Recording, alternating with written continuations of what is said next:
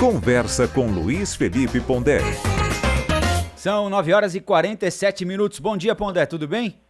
Bom dia, Rafael. Bom dia a todos. Tudo bem, e vocês? Tudo jóia. Pondé, ontem a Academia de Cinema de Hollywood tocou fogo nas redes sociais brasileiras ao indicar para o prêmio de melhor documentário Democracia em Vertigem, da cineasta Petra Costa. A gente já falou bastante disso aqui na programação da Rádio Bandeirantes. Os nossos ouvintes e internautas já mais ou menos sabem do que se trata. É um documentário, muita gente viu, outros não. É um documentário que trata de maneira enviesada, com um ponto de vista favorável ao PT e à ex-presidente Dilma Rousseff, aquele processo de destituição, de impeachment da ex-presidente do cargo.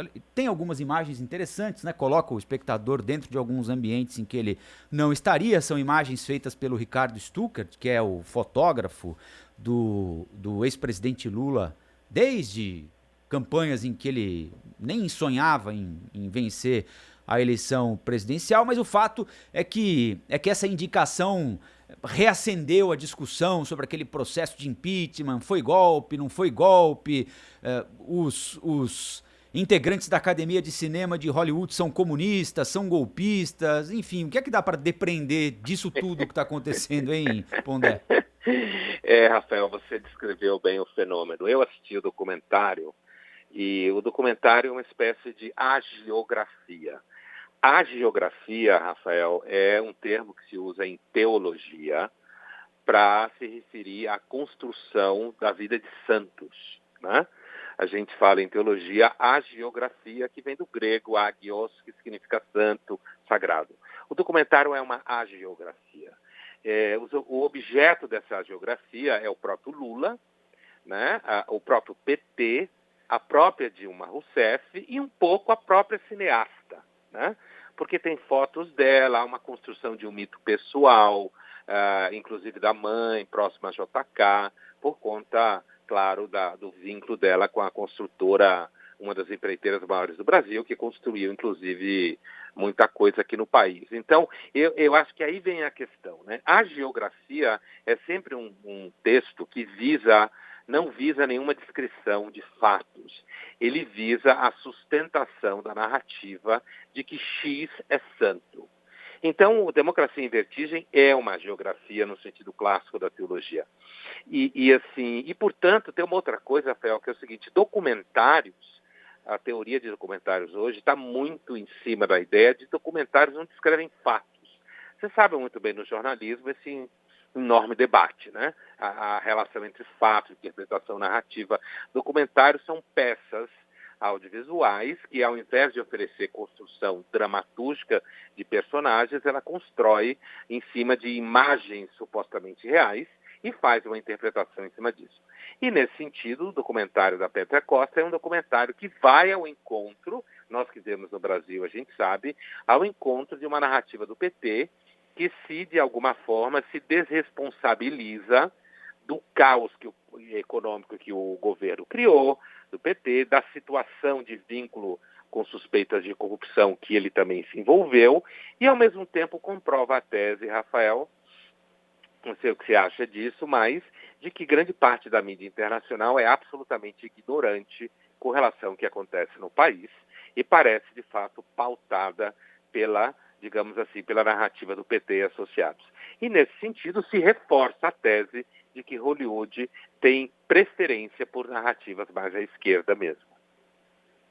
E tem uma identificação também, não sei se você concorda, Pondé, acho que em algum momento, até a hora em que o documentário chega à vitória do presidente Jair Bolsonaro, talvez tenha alguma identificação ali com o processo pelo qual os Estados Unidos passaram, de eleição do Trump também, e tem uma resistência, assim como tem uma resistência da classe artística ao Bolsonaro aqui, tem uma resistência da classe artística ao Donald Trump lá nos Estados Unidos. Talvez tenha uma identificação por aí também, né? Com certeza, com certeza. E assim, o que aconteceu, seja no Bolsonaro, seja no caso do Trump, eu não acho que são casos idênticos, mas sem dúvida nenhuma há semelhanças, mas uma coisa que há de semelhante é o vínculo entre esses candidatos e uma certa voz que a gente pode chamar, grosso modo, do povo popular, por sentir que a elite política está ou estava dissociada dos seus interesses. É claro que Trump e Bolsonaro também fazem parte da elite política e que tem uma narrativa aí de ambos, no sentido de querer se afirmar como alguém que não é do establishment, de alguma forma.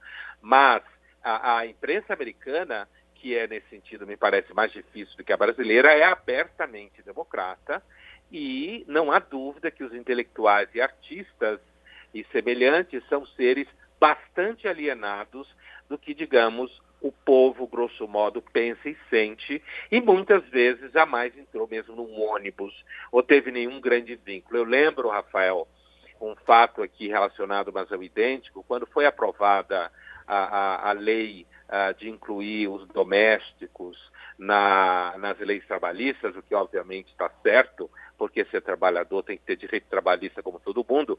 Eu conheço muita gente que apoiou e fez discursos ideológicos a favor disso, mas que demitiu a sua empregada. Então, artista e intelectual, normalmente, em grande parte, é esse tipo. Faz um discurso de mito de si mesmo, mito da sua condição, uma narrativa mítica, e resiste a querer olhar um pouco para entender, afinal de contas, por que Bolsonaro e Trump venceram e por que muita gente se sente relacionada a ele. O Pondé, o Pedro, tudo bem? Bom dia. Oi, Pedro, bom dia. Mas partindo daí, então, você acha que tem um peso ideológico nessa escolha ou é o critério técnico que leva esse filme aos finalistas aí do Oscar, hein?